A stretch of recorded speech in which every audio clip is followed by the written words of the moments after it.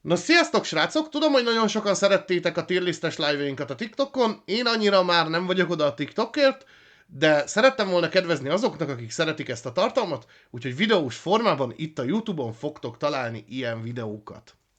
Az első tierlist, amivel foglalkozni fogunk, az egy általam készített tierlist. Olyan animéket raktam rá, amelyek szerintem overhype-oltak. Szóval túlságosan is nagyra vannak tartva ahhoz képest, hogy milyenek. Ez nem azt jelenti, hogy ezek az animék rosszak lennének, csak kicsit megszaladt a saját hírnevük, nyilván a marketingnek, illetve az embereknek köszönhetően. Most 20 elem van a listán, de nyilván ez bővíthető, úgyhogy várom a kommenteket, hogy mit vegyek még fel a listára, és hogyha összegyűlik ismét 20, akkor csinálok ebből egy második részt. Az első tagunk itt a Demon Slayer. A Demon Slayer szerintem egy kicsit azért túl van hype-olva, tény, hogy elképesztően szép az anime, hanem az a legszebb anime, ami valaha készült, legalábbis eddig. Nyilván a készítők joggal büszkék rá, viszont nem sokkal több, csak látvány. Legalábbis ez az én véleményem, hogy a sztori közepes, a harcok elképesztően jók, nyilván látványosak, elképesztően jól vannak megkoreografálva, úgyhogy a Demon Slayer szerintem mindenképp megír egy átírt, azért nem kerülhet S-be, mert a történet tényleg mid, és gyakorlatilag össze lehet foglalni egy pár mondatban, hogy így szamurájok vágnak le démonfejeket. A következő elemünk a JJK. A JJK az egy nagyon-nagyon-nagyon király anime. Én nagyon szeretem a JJK-t, nagyon érdekesek a képességek, tök érdekes a világ felépítése, az erőrendszer, tényleg nagyon-nagyon jó a JJK, viszont nekem van vele egy hatalmas problémám, méghozzá a második évad animációja. A második évad animációja az így gyakorlatilag olyan lett, hogy abból ismered meg az embereket, hogy milyen az árnyéka meg a haja színe. Tudom, nagyon problémás körülmények voltak a második évaddal kapcsolatban. Egyszer én is ráfutottam egy álhírre, hogy abba fogják hagyni, aztán mégsem, nyilván ebből tanultam, viszont nekem az animáció minősége miatt csak B-tier. Szóval így én nem tudom elképzelni, hogy ez jó így, ahogy megy. Tudom, nagyon sokan el vannak ájulva az animációjától, de ide majd be fogok vágni egy képet, hogy mekkora különbség van a karakter dizájnok között. Illetve egyes beállítások között. És haladjunk tovább, mert szerintem már így is kinyílt a bicska a zsebetekben, úgyhogy ezt még egy kicsit fokozom. Az Attack on Titan. Az Attack on Titan az az anime, amit mindenki túl hype-ol. Mármint, hogy szerintem ezt az animét övezi a legnagyobb túltolás ilyen szempontból. Az a probléma, hogy amúgy nem rossz az anime. Tényleg. Tök jó az anime, és el is tudom hinni, hogy első animének elképesztően lehengerlő élmény, viszont ha sok animét láttál, akkor az a baj, hogy az Attack on Titan kiszámíthatóvá válik. És van benne egy nagyon nagy csavar.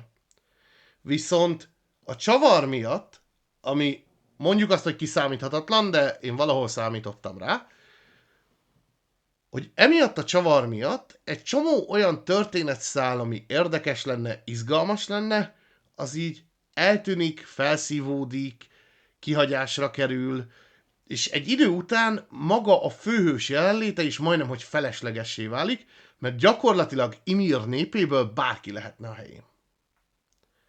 Csak éppen Eren lett az, aki ezt az egészet elindította katalizátorként, de bárki lehetne a helyén, illetve Zeke bárkit átverhetett volna.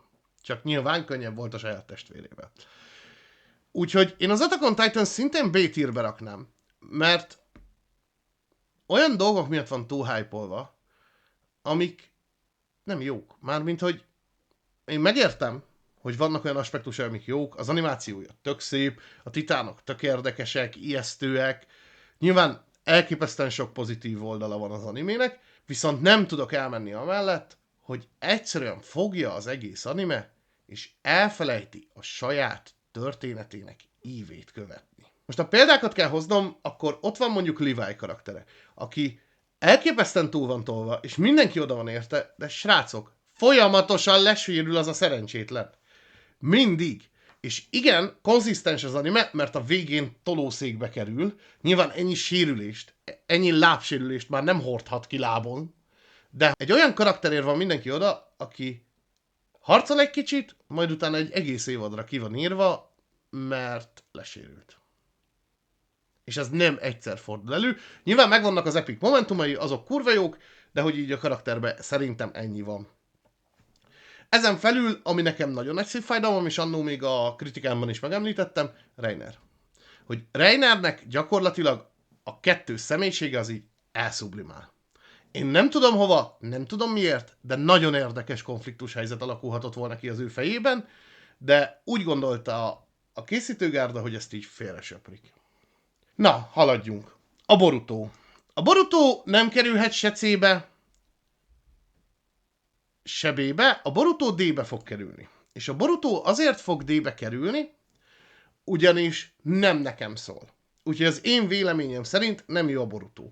Tudom, hogy a Two Blue Vortex már jó, sokan mondják, hogy a manga mennyire király lett, de egy nagyon érdekes kérdésem lenne, srácok, hogy miért nézzek meg valamit, ami szar, azért, hogy eljussak oda, hogy jó legyen. Hát, hogy így, ha nem tudja fenntartani az érdeklődésem a sima Boruto, akkor miért jutnék el a Two Blue Vortexig? Nyilván, mivel én ezzel foglalatoskodom itt YouTube-on és TikTokon, meg fogom nézni a Two Blue Vortex-et, de hogy attól függetlenül engem annyira ez már nem fog meg. Tudom, ez nem nekem szól, a sima Boruto az azoknak szól, akik nem részei ennek a világnak, akik nem követték Naruto felnövését, szóval gyakorlatilag ez arra való, hogy új nézőket vonzom be. Valószínűleg ez az oka annak, hogy nagyon gyerekesre sikerült. Chainsaw Man. Na a Chainsaw Man az első estírünk. Ugyanis a Chainsaw Man egy nagyon érdekes sztori. Én nagyon szeretem a Chainsaw Man-t, nekem nagyon tetszett, megfelelően véres, nincs túltolva, vannak jelenetek, de úgy alapvetően 99%-ban minden gór a helyén van.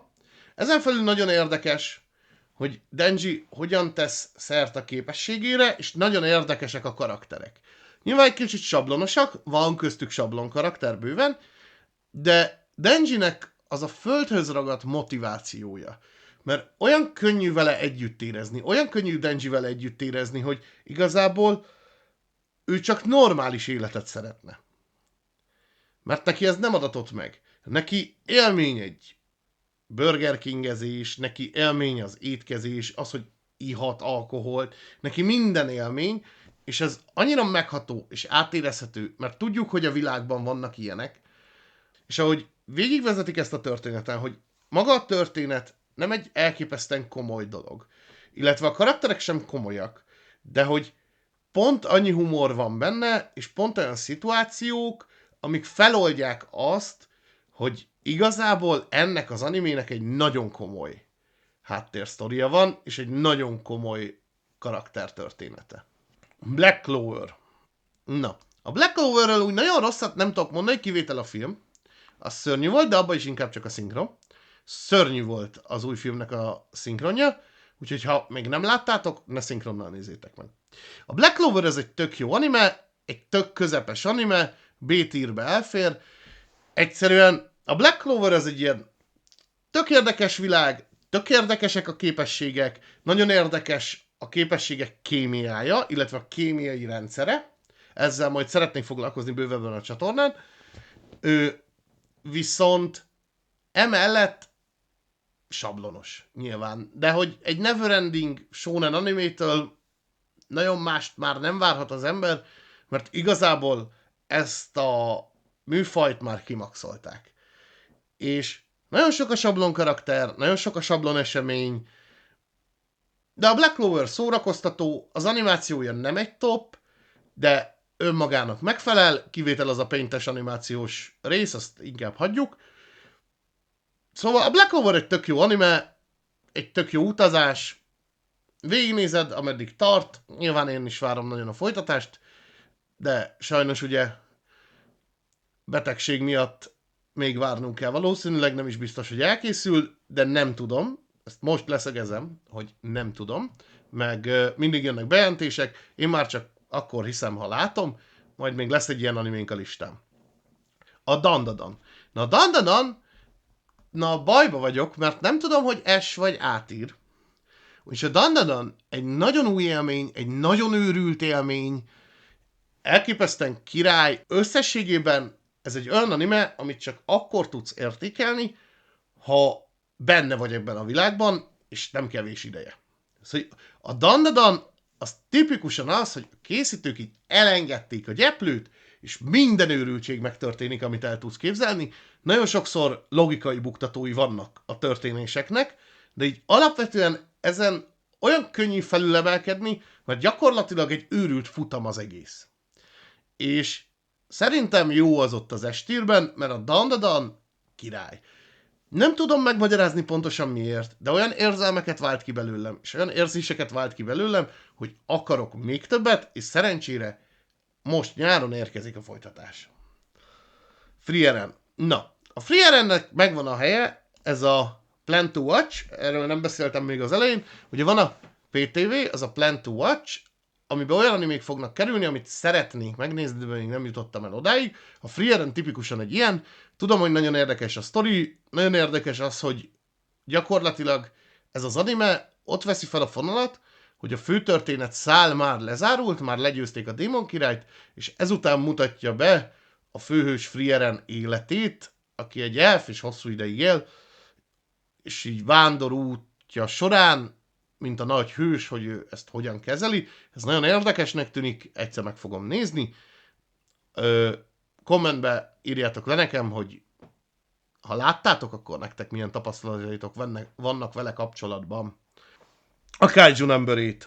Na, a Kaiju Number 8 az első C-tíres animénk, ezt el is mondom, hogy miért, mert többet vártam tőle. Nem rossz a Kaiju Number 8, pontosan közepes, de sokkal többet vártam tőle. A kaijuk nem félelmetesek számomra, mert gyakorlatilag nyilván van egy-két mellékszereplő, aki elhullik, de hogy annyi olyan szituáció van, amikor így egy kicsit számunkra ismertebb karaktert kinyírhatnának. És ez nem azért van, mert én így vágynám, hogy az animében halál legyen, hanem ebben az animében vágynám, hogy legyen halál, és bemutassa azt, hogy ezek a szörnyek igenis veszélyesek, és egy embernek esélye nincs ellene, hiába van agyon erősítve. Szerintem az évad végén az igazgatónak meg kellett volna halnia a főhős kezei által, amikor ugye elveszti a kontrollt, és az adott volna egy megfelelő mélységet magának a karakternek is, illetve az egész szituációnak. Mert utána a karakternek úgy kellett volna élnie, hogy ő elkövetett egy hatalmas bűnt önhibáján kívül, és ezt fel kellett volna dolgoznia. És mint felnőtt férfi, ez adott volna egy nagyon érdekes pluszt a karakteréhez, mert ő máshogy dolgozná fel egy általa okozott haláleset súlyát, mint bármelyik másik karakter, aki shonen animékben megjelent. Szóval nekem ezért C-tier a Kaiju Number 8, mert nem elég bevállalós. Attól függetlenül meg fogom nézni a második évadot, nagyon remélem, hogy egy kicsit összeszedik ezen a téren magukat a készítők, de számomra így a kaiju szó, mint faj, mint szörny, így elvesztette a jelentését. Hogy így nem félelmetes, nem félek tőle. Nyilván Kafka ereje király, de hogy azon kívül, meg tök látványos az anime, de tényleg a mélységét vették el ennek a sztorinak ezzel. A Mushoku Tensei. Itt a meh kategória. A meh kategória arra való, hogy ezt majd átgondolom. A Mushoku Tensei-jel az a bajom, őszintén elmondom, hogy nagyon sokat basztatnak vele.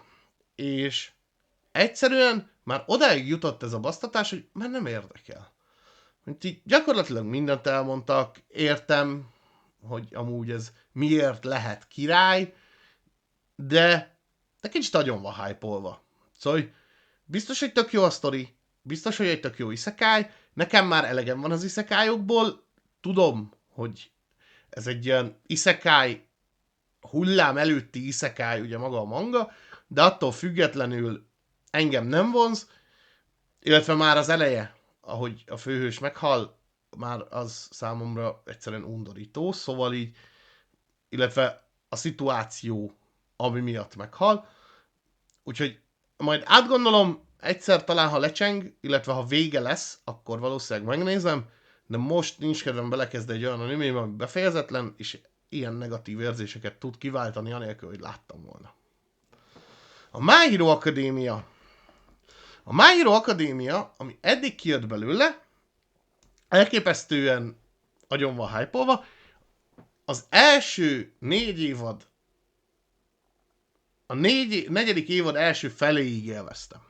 Addig kurva jó volt, tök érdekesek voltak a képességek, viszont a My Hero Academia egy kihagyott zicser, méghozzá azt az zicsert hagyta ki, hogy egy kicsit jobban belemásszon a mindennapi életébe ezeknek az embereknek, akik ebben az animében élnek. Ugyanis nagyon érdekes lett volna látni, hogy pontosan hogyan működhet egy társadalom, ahol mindenkinek képességei vannak, illetve hogy különböző szakmákban, különböző területeken ezeket hogyan hasznosíthatják.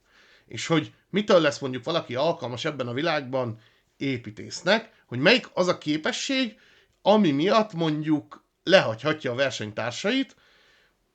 Ez egy hatalmas zicser, és nem tudok elmenni, mert aztán így egy idő után lett belőle egy ilyen limonádé shonen, ami agyon van vágva fájtokkal, meg szituációkkal, de valahogy mindig mindenki pozitívan keveredik ki belőle.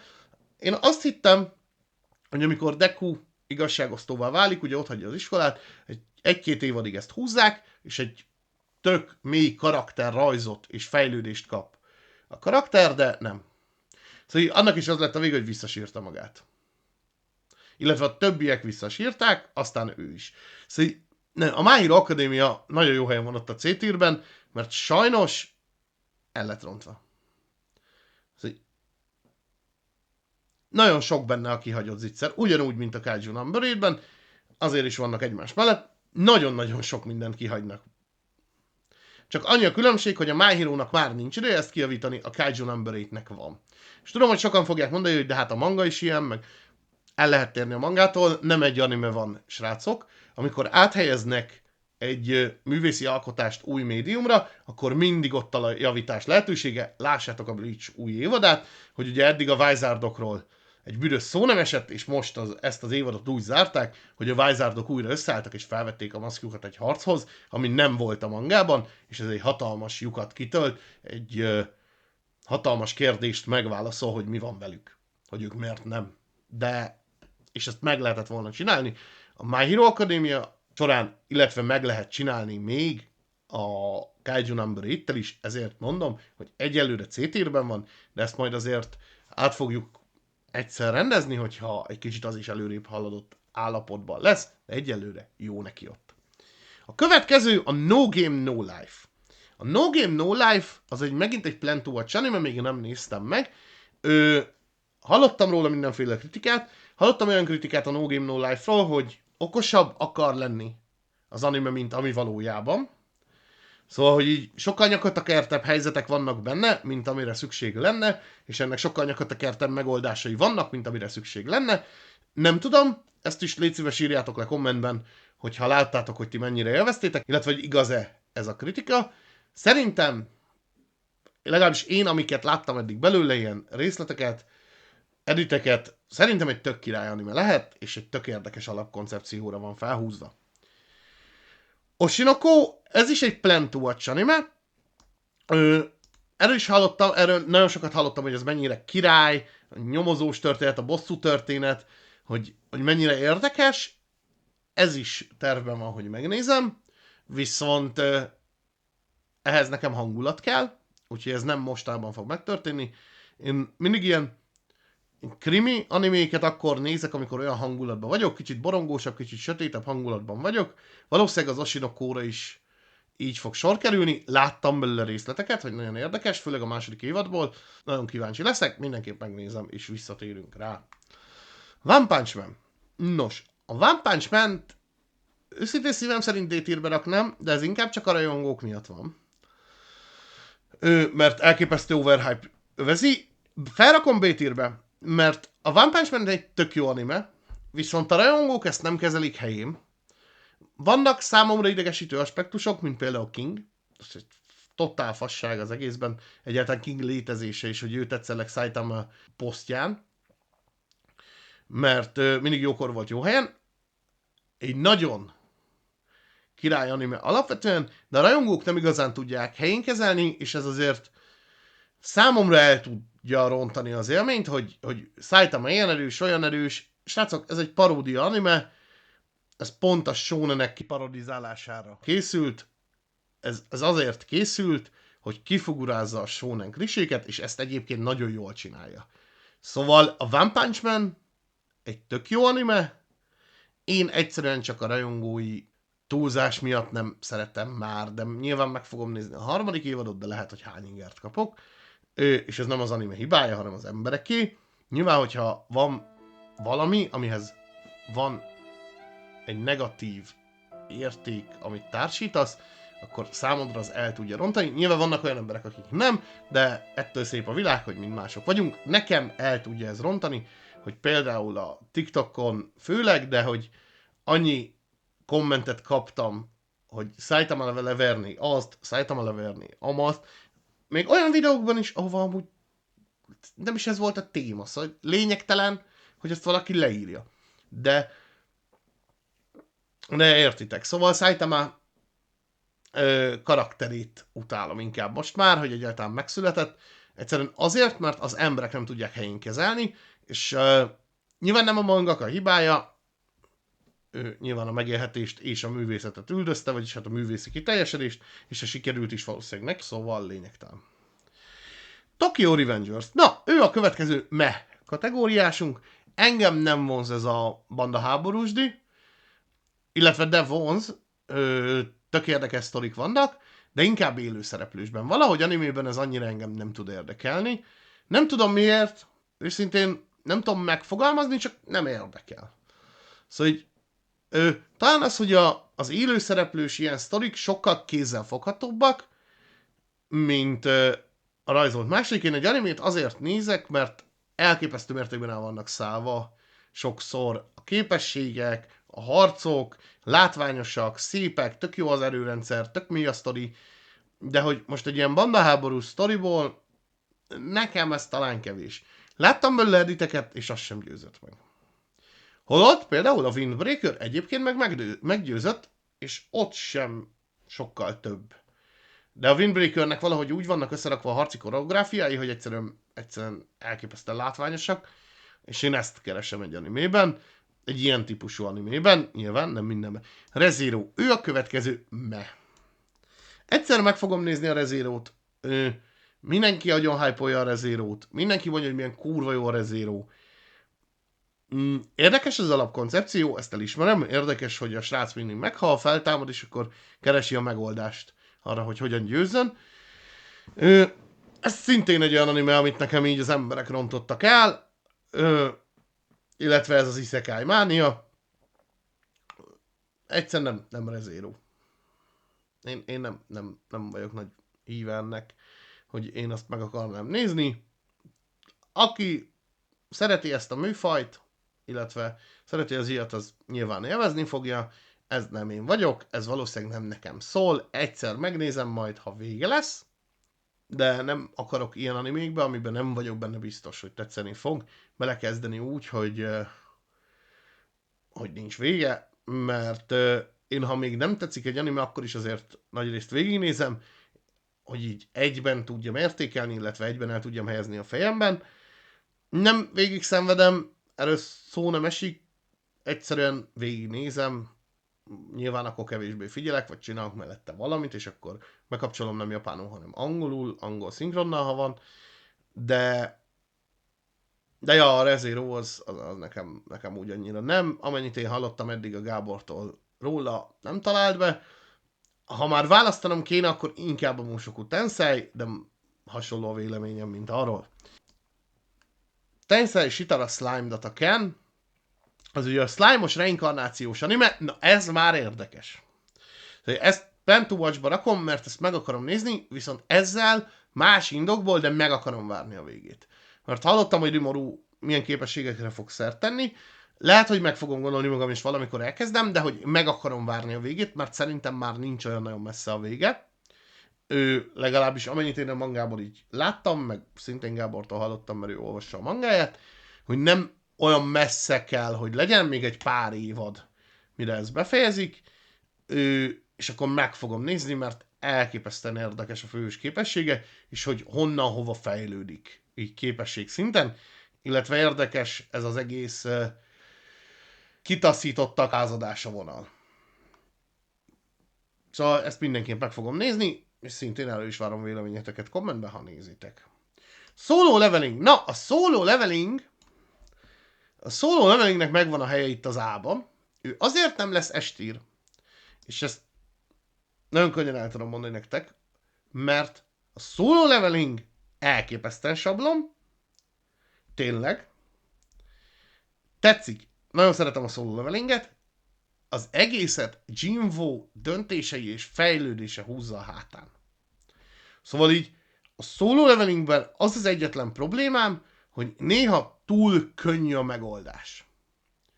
Egy-egy szituációra. Most is megnéztem, ugye tegnap került ki a 12. rész, a Jinwo vs. Beru. Elképesztően látványos, elképesztően király, majd fogunk beszélgetni videóban a második évadról.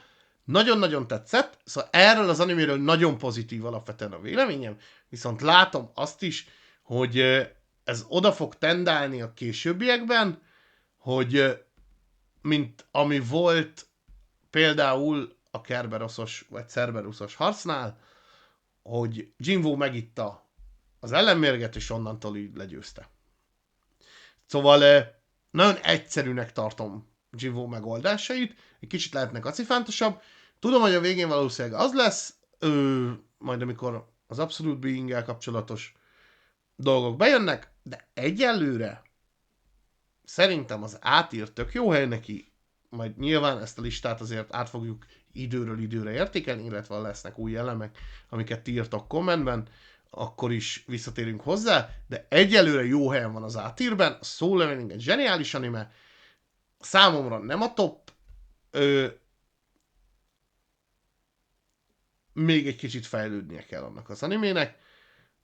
Nyilván mondhatnátok, hogy de ha a Chainsaw Man ott van a karaktere miatt, a motiváció miatt, akkor a Soul Leveling mi értem? A Soul Levelingből hiányzik pár aspektus egyelőre, ami miatt a Chainsaw Man szerintem jobb, de ezek valószínűleg a későbbiekben meg fognak jelenni. Spy X Family. Ez megint egy olyan anime, ami engem nem érdekel. Mert tudom, hogy tök jó, de nem érdekel. Egyszerűen nem tudod megfogni soha. Valószínűleg ez az anime, ez az elképesztő hírnévnek örvendő anime, ami elmegy mellettem. A filmen elgondolkodtam, hogy megnézem a moziba, mert hát mégiscsak mozi, de srácok, nem. Egyszerűen elment mellettem ez az anime, és el is fog menni, mert nem érdekel. Engem nem érdekel, hogy ányám, meg nem érdekel, hogy kémek, nem, ez nem az én világom, biztos, hogy nagyon jó, de nem. Egyszer majd talán, hogyha nem nyilatkozom, és kevés lesz az anime, de nem hiszem, hogy erre sor kerül. Ugye a Spy X Family-t azt nem hiszem, hogy meg fogom valaha nézni, annak még így esélyt sem adok. És ne haragudjatok emiatt, de engem nem vonz. Tokyo Ghoul. Na, most akkor megforgatom mindenkinek a kést a szívében. A Tokyo Ghoul anime nem jó. Egy pontig zseniális, egy ponttól kezdve nem jó. Konkrétan a re nem jó. A sima Tokyo Ghoul, ha csak a sima Tokyo Ghoul lenne, nyilván akkor nem lenne lezárása, akkor azt mondanám, hogy kurva jó az anime. És simán mehetne A-ba vagy S-be. De így, hogy létezik a lezárása, így csak a B-be mehet. És ennek az az oka, hogy elképesztően sok a kihagyott zicser, össze van csapva a vége. Egyszerűen nem. Olyan, mint hogy egy teljesen másik animét, illetve egy teljesen másik színvonalú animét néznék már a végén. Nem értettem ezt az egész Sasaki Heisei-s dolgot, hogy miért. Nem értettem, hogy amúgy ott van az ő új squadjában, ugye a rendőrségnél egy csomó potenciál, nincs kihasználva, hogy ugye ők ilyen hibridek, de teljesen túl van kapva. Ahhoz képest, hogy az első 2 évad lépcsőről lépcsőre elmagyarázza ezen életforma működését, illetve be is mutatja, ahhoz képest az újdonságokat a Reben azt egyáltalán nem mutatják be, illetve nem indokolják, hogy az miért van úgy, csak úgy van és kész. És nekem ez egyszerűen már nem fért bele. Úgyhogy a Tokyo Ghoul szar. A Tokyo Ghoul emiatt meg közepes, mert egyben kell nézni, ha egyben nézem, akkor nem. Van a Reben egyetlen egy pillanat, amit zseniálisnak tartok, amikor az írónő kiáll, és elmondja, hogy ő ghoul, bemutatja a nagy közönségnek ugye az interjún, de azzal se kezdtek semmit. Az egy zseniális moment, ahogy az emberek reagálnak, de hogy azzal sem lett úgy igazán kezdve semmi, szóval én nem értem a készítőket, hogy ezt hogy hagyhatták így lógva. Na mindegy, szóval ezért kerül a Tokyo Ghoul B-be. És azt hiszem meg is vagyunk a 20 animénkkel, akkor most lentről felfelé kicsit átbeszéljük az egészet. Ugye a mech kategóriába került a Mushoku Tensei, a Tokyo Revengers, a Re:Zero, illetve a Spy X Family. Az ilyen, ezek azok az animék, amik engem valamiért nem vonzanak. Ha érdekeltek is, már az érdeklődésem úgy nagyjából alábbhagyott. Egyszer lehet, hogy megnézem, bár kevés esélyt látok rá. Kivétel a Mushoku Tensei, azt majd egyszer, ha befejezik. Plan to Watch-ba került a Frieren, nagyon érdekes anime, tökre érdekel, hogy van felépítve, sokan mondják, hogy vontatott, de majd megnézem. No Game No Life, érdekes koncepció, engem nagyon érdekel, én nagyon szeretem az ilyen mind game animéket, úgyhogy mindenképp be fogom pótolni. Ez az anime szerintem, amit a leghamarabb be fogok a listán lévők közül pótolni. Oshinoko, érdekes krimi, nekem hangulatra van szükségem, ezért van a Plan to Watch-ban, majd meg fogom nézni, és akkor valahova elhelyezzük. Slime the Token, megvárom a végét, érdekel a vége, egyben szeretném látni ezt a történetet. D-tier, Boruto. A Boruto nem nekem szól, ettől függetlenül, aki szereti, nyilván szeresse. Most ez a listán lévő minden elemre igaz, hogy én nekem mondjuk nem tetszik valami, attól másnak lehet. Én nekem úgy érzem, hogy Boruto nem nekem szól, ennyire egyszerű.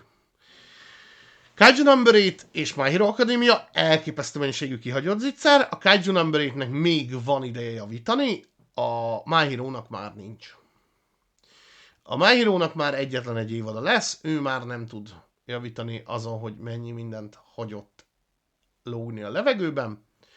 A Kaiju Number 8-re meg remélem, hogy a készítők kicsit ránéznek majd, aztán azt mondják, hogy ezt azért lehet tuningolni. B-tier, JJK, a második évad animációja miatt van itt. Egyébként szerintem egy tök zseniális anime. Én nagyon remélem, hogy a harmadiknál ezt is egy kicsit összeszedik. Attack on Titan pontosan ugyanaz a baj, mint ugyanebben a kategóriában szereplő Tokyo Ghoul-lal. Az eleje kurva jó, a vége nem. Szóval nem a legvége, nekem a legvégével semmi bajom nem volt, még a Tokyo Ghoul-nak igen, de hogy az utolsó 2 évad az már annyira nem. Az már úgy nem. Illetve inkább csak az utolsó. Black Clover teljesen sablon, élvezhető, tök jó, megnézed, tök királyképességek, igazából ami miatt a B-tierben van és nem a C-ben, az az, hogy elképesztően érdekes a képességek, ugye a különböző mágiák egymásra gyakorolt hatása, ezzel majd fogunk foglalkozni is. One Punch Man. A One Punch Man egy paródia, annak nagyon jó, viszont én nem látok bele többet, még az emberek igen. És ez is probléma, hogy az emberek igen. A-tier, Demon Slayer, közepes történet, de elkerülhetetlenül elképesztő látványvilág. Nagyon szép, nagyon jó. Tényleg az, hogy a történet közepes, ez az egyetlen oka, hogy A-tierben van és nem S-ben. Kicsit lehetne a történet komplexebb, keszekuszább, de ez van. Solo leveling, ez még majd felkerülhet S-tierben, ez majd még meglátjuk, hogy hogyan fog alakulni, de Szerintem egy tök jó anime, nagyon érdekes a főhős, kicsit könnyű a megoldás sokszor a nehéz helyzetekre, ez egy kicsit nekem néha elvesz az éléből, de alapvetően a harcok látványosak, és királyok, szóval abszolút átír, de ennél feljebb egyelőre nem raknám, aztán később majd lehet. Estír, Chainsaw Man és Dandadan. Chainsaw Man nagyon érdekes, amit képvisel. Nagyon érdekes, hogy a főhősnek, ugye, mint ahogy elmondtam, egyszerűek a vágyai, ő nem akar többet gyakorlatilag annál az úgymond luxusnál, amiben mi élünk, hogy egy átlagos élet, és ezt az anime nagyon jó kezeli, nagyon jó humorral, stb. És ott a Dandadan, ami egy elképesztő vesszőfutás, és elképesztően szórakoztató emiatt. Na, azt hiszem, ennyi volt ez a lista. Nos, srácok, kommentbe írjátok le nekem, hogy milyen animék férnének még fel erre az overhype-olt animék listára. Jelentkezem még hasonló általam készített listákkal.